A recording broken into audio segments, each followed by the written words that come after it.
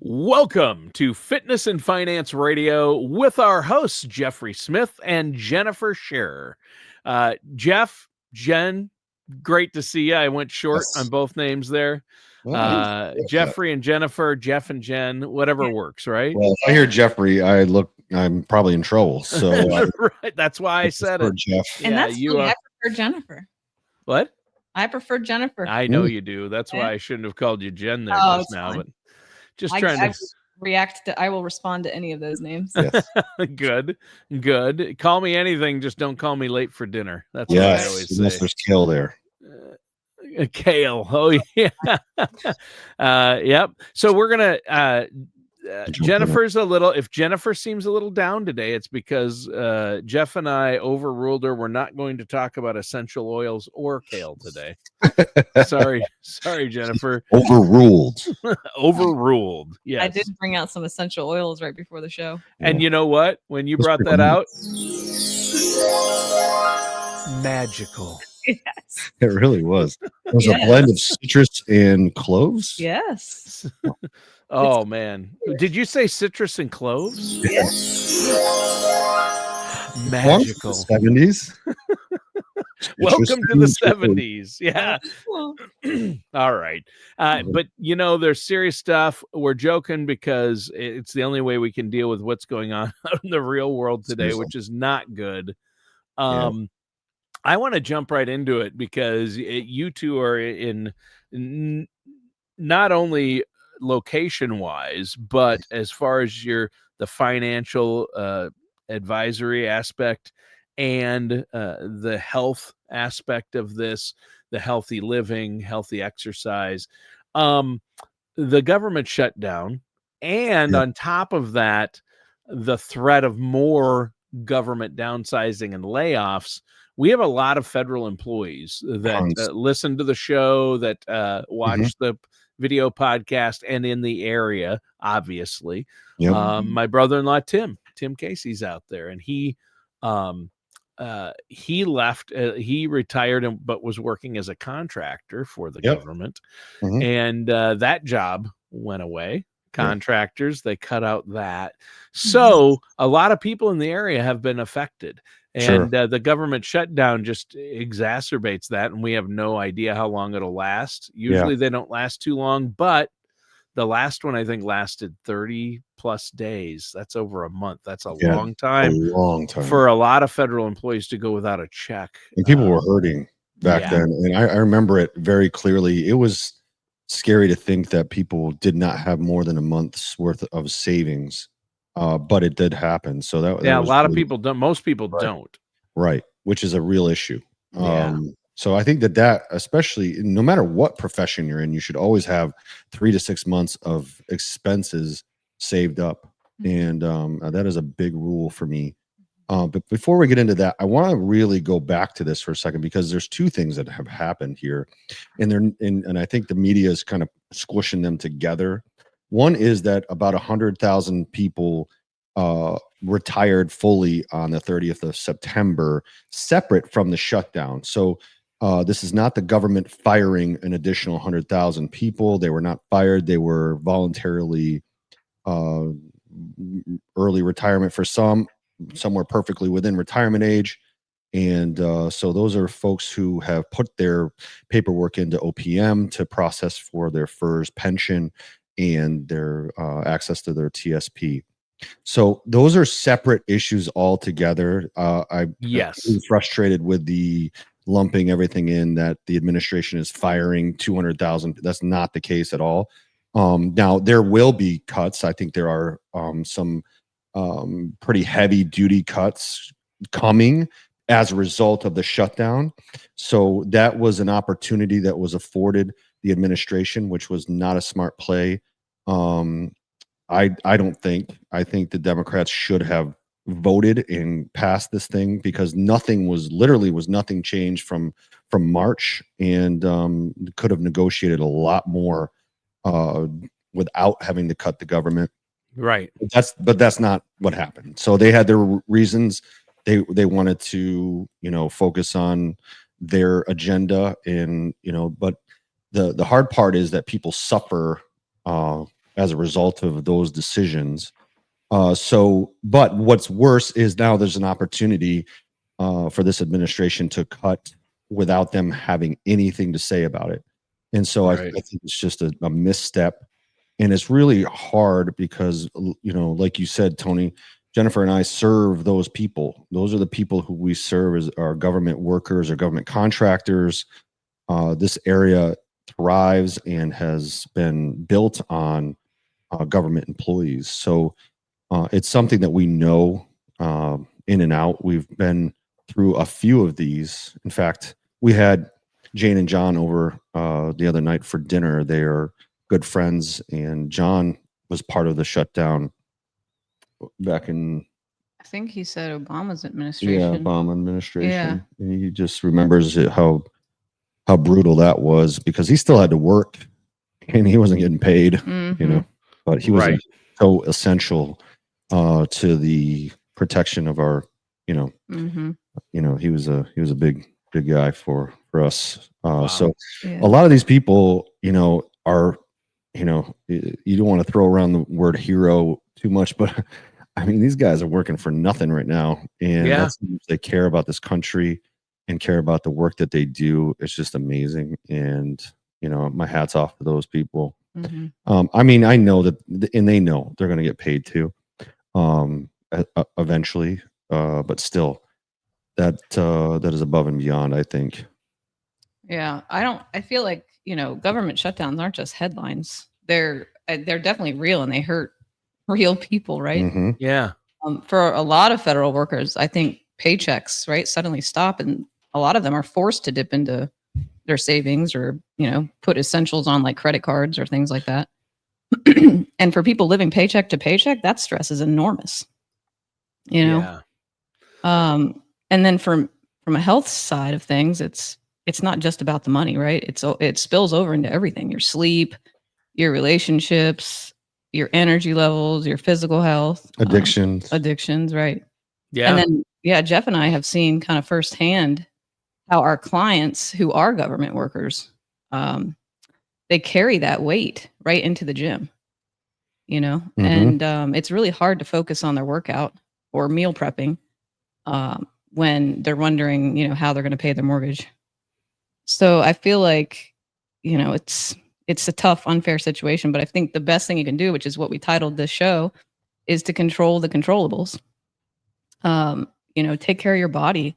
I think the unpredictability of a shutdown is putting you into that fight or flight state. And I think that's where we lose routine and we, become depressed and, we kind of just get down, right? And we just become kind of down in the doldrums. And I think if we can just 20 minutes a day of movement or, any sense of stability, whether that's meal prepping or just really kind of leaning into those routines during that stressful time, is key. Yeah. I think it's really important that people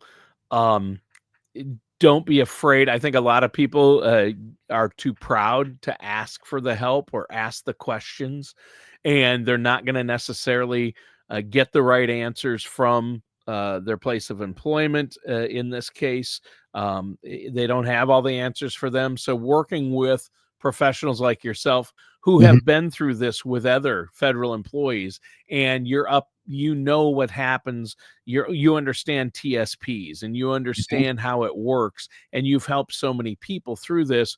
And both of you in your fields have worked with a lot of federal employees, right? Yeah.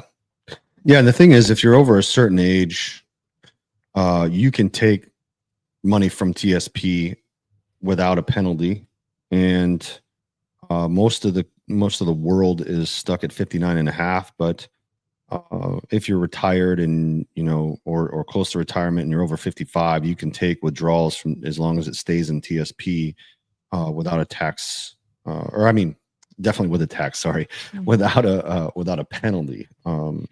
So a lot of people don't know that.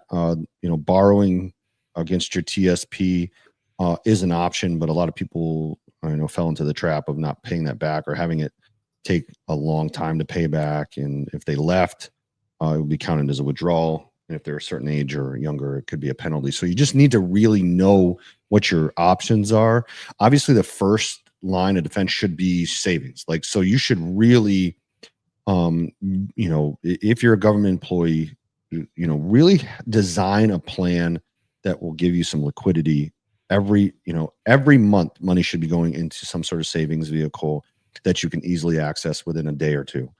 And that has to be a priority. There are so many people that I have counseled over the years late into their career who have no savings, none, and it's all tied up in the TSP, and they have a really large TSP, and that's fantastic. But without any short-term savings, it is a recipe for disaster, because then credit cards come into play, and then all you have is taxable money to put towards that. So you have to withdraw money from your retirement accounts in order to pay off debt. That's just not a great option. So, if you're not working with somebody, start working with somebody and figure out options for saving. It is crucial. No matter what age you are, there's something you can save, even if it's $25 a week, $25 a month, whatever it is. Put money away.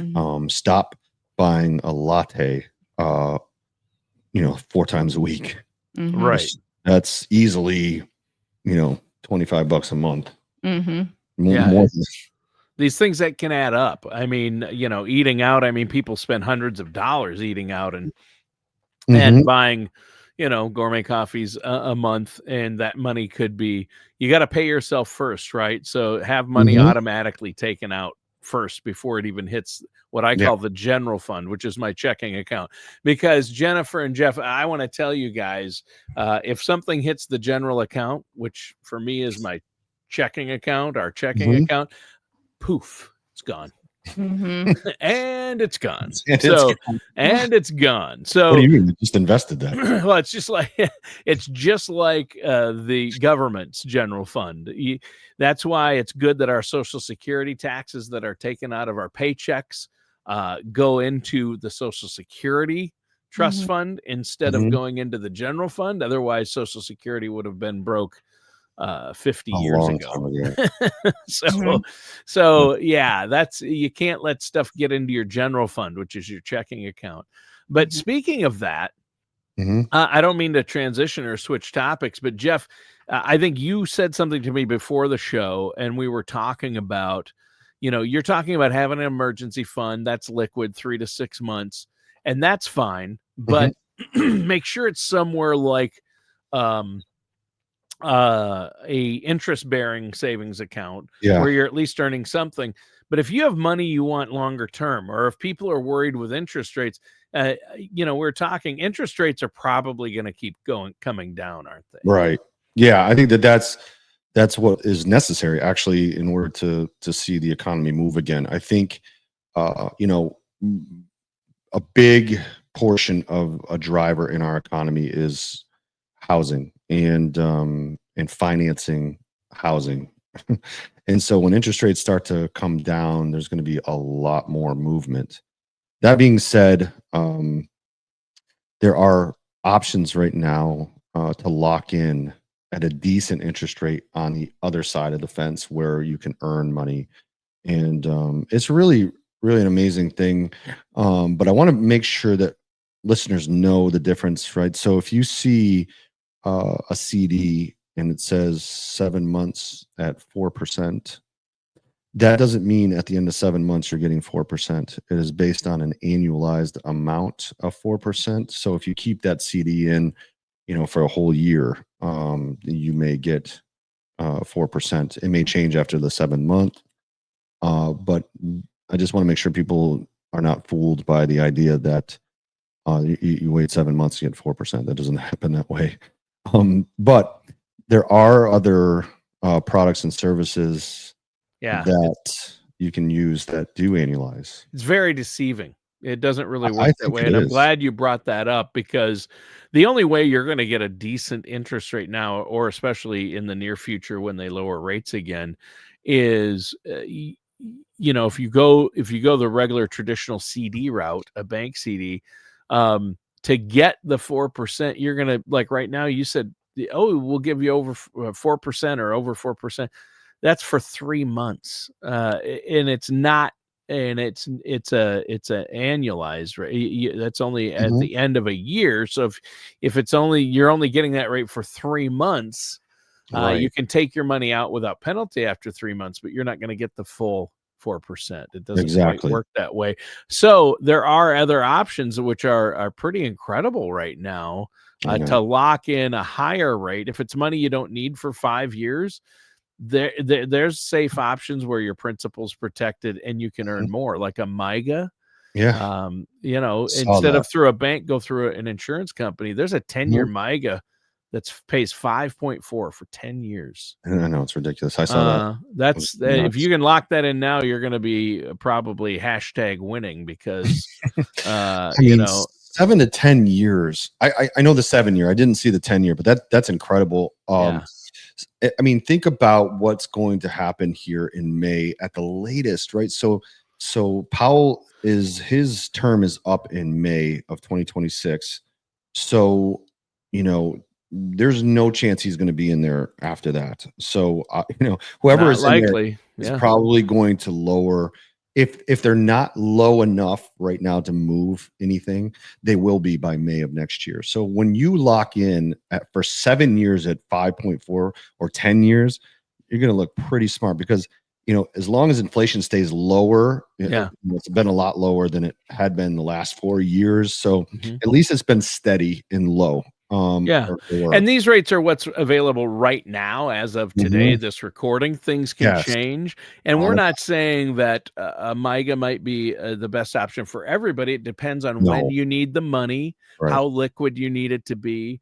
Needs to be But appropriate. CDs and MIGAs are kind of the two safe money options where you put money in, you get a set fixed amount that you can lock in, but you can't take that money out before the Let's term is up, Yeah, right? let's put that in perspective. U.S. Treasuries, as of the date of this recording, for the same time period, 10 years, is 4.11. Yeah, Oh, that's yeah, a big difference. it So is. 3 months is still at 3.964. Yeah. So higher than 6 or 9 months. Now that's annualized, just to be clear. But I mean, you can see that there are options. There are options, and to figure out which option is right for you personally, you need to meet in person with someone like Jeff so he can Yeah, look at your you don't just situation before recommending something. yeah, But we're saying there are options out options, there. yeah, We want to point out there are some good options out there, especially as of late. But there are options that aren't so good. right. A 3 month CD to me, I can't. That's not even a yeah, I mean, Yeah, the time frame on that is so short that, if it's money you need in 3 months, I guess, yeah.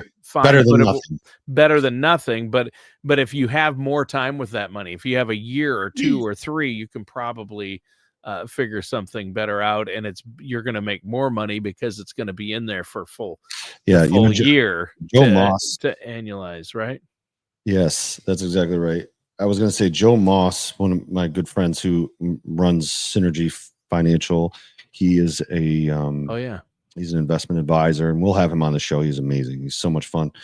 But he's brilliant, and he always breaks it down he's like, there's good rate of return, safety, um, and liquidity, right? So Right. he always says that you can pick 2 out of the 3. He's like, if you want 3, that's a unicorn. It doesn't exist. And You so have I to mean, pick you have to pick 2 of the 3. what are So, the what 3? are the 3? There's safety, Yep, liquidity, and good rate of return. rate of return. Good rate of You return. can pick a good rate of return. So Right, you can pick 2 of the 3, but nothing has all 3. Right. right. I was Yeah. thinking that because based on what you guys said, the best part, based on what I'm hearing, is that if you pair the CDs and the MIGAs with the emergency fund that Jeff started talking about, at least Mhm. you've got 2 of those. You've got liquidity and return, Yeah, and Yep. growth. decent Exactly. return. Yeah. Yeah. Yep. I know we got off the health aspect of it, Jennifer, but I think there are a lot of people, financial health and physical health can go hand in hand and they can affect Mhm. each other. Mhm. And that's where the team it's unique, but it makes so much sense to Mm-hmm. have you two under one roof to help people. Mm-hmm. Absolutely. If you think about a shutdown, it's like almost like a stress test, right? That's Like, true. And I love thinking of resilience like a muscle. And when you don't build strength by lifting the heaviest weight once in a while, you build it by, showing up day after day, rep after rep, set after set. I think it's the same with Jeff's side of the fence. It's not built by, one big windfall. It's built by those small, consistent deposits, your emergency funds, week after week. And I think if we start framing it as like a surprise workout, like if you've been training, your muscles know what to do. Mhm. And if you haven't, it feels almost impossible, So I feel like a shutdown is really just testing whether you've been practicing those habits all along. Yeah. Right. And I think if the shutdown feels hard, that doesn't mean you've failed. It just means you've got an opportunity To grow. to start building strength, or, so the next time that life throws you a curveball, you'll be better prepared. Well, I've always said that you should purposely put yourself in tough positions to grow. Mhm. And I been doing endurance sports, and I've always said this. I probably said this a million times on this show, but life is like, if you can, the more you can suffer, the better you are at life in general. Like it is not, it's not easy, and life is typically never going to be just easy. But I think the people who can manage the suffering the best are the ones who excel and who do the best in life, because they know how to navigate these things, and they create mental toughness. Mhm. And part of that is physical toughness. If you can put yourself in those positions on a regular basis, I always, one of the reasons why I love Pilates so much is that it really is so challenging to the mind. You have to be able to endure temporary pain and suffering to see the results. And that's anything. But I kind of fell into that situation, by doing long rides, 100-mile rides. Done a marathon. Those types of things create mental toughness. Mm. And so putting yourself purposely in those positions, especially during a time like this, can be helpful. Mhm. Yeah. Making sure that you also have time to reflect and deal with emotions is super vital. And I think doing the workouts and exercising will release a lot of those processing those negative thoughts, or the fear, or the anger, or the resentment. Mhm. All those things need to be processed, so that when you go back to that situation, that you're healthier. Mhm. Right. And then, Jennifer, in your words, it's controlling the controllables. Yeah, well, we can't control Washington, but you can control your Obviously. wallet, you can control your workouts, you can control your mindset. Yeah. Yeah. There's a lot we can Attitude. do. Yeah. Yeah. I mean, I feel like we should challenge our listeners to focus on one controllable. Maybe it's the emergency fund, or maybe it's just getting up and doing 25 minutes of movement every day. Yeah. But just focus on one, and then you're building resilience that way. Wow. I think that's great. Mm-hmm. Yeah, Jennifer really has helped me become aware of spending, right? So there are things that everybody in every household could probably take inventory and say, are these things necessary? Because I would much rather exchange something of lesser value for the security and the safety. If we have situations where we're finding ourselves out of a paycheck, and this isn't just the government. This happens, in different economies and Mhm. different circumstances. If you were in the private sector, this is just as easily could happen as it has here. I mean, so focusing on that control, like I always make sure and think, hey,